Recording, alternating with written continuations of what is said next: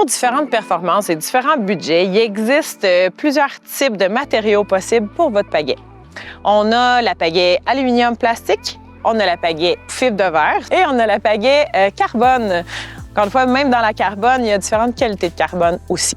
Donc, celle d'entrée de gamme, on a la pagaie aluminium et plastique. On va retrouver la pale en plastique et l'olive. Et le manche, à ce moment-là, va être en aluminium.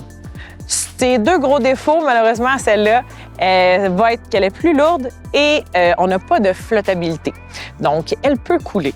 Mais c'est celle qui est très accessible à tous et souvent vendue lorsque vous achetez en kit. Après ça, on va retrouver celle qui est en fibre de verre. La pagaie en fibre de verre permet d'avoir des belles couleurs ou des designs sur notre pagaie et elle permet aussi d'avoir une flottabilité. Donc, c'est ses avantages, un petit peu plus dispendieuse que celle d'aluminium, mais c'est celle qui est dans le milieu de gamme, si on veut. Son inconvénient, c'est qu'il peut avoir des bris avec la pagaie en fibre de verre. Maintenant, la pagaie carbone, il faut savoir qu'il y a quand même des qualités de carbone de 3K à 10K. Donc, c'est ce qui influence aussi des prix dans les carbones. Et ça va être la pagaie idéale à avoir. C'est le plus haut de gamme qui existe. Très léger.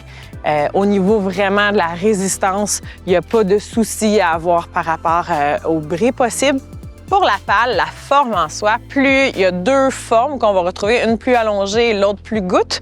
Celle qui est plus goutte va avoir un petit peu plus de résistance sur l'eau lorsqu'on va pagayer. La pagaie avec la forme plus allongée va avoir plus de puissance, ça va être plus facile dans son coup de pagaie d'avoir une bonne propulsion. Dernière chose à regarder là, pour la pagaie de votre choix va être si on veut un morceau, 2 morceaux ou 3 morceaux. Un morceau, on va couper la pagaie à la hauteur, la longueur que le pagayeur a besoin pour sa pratique.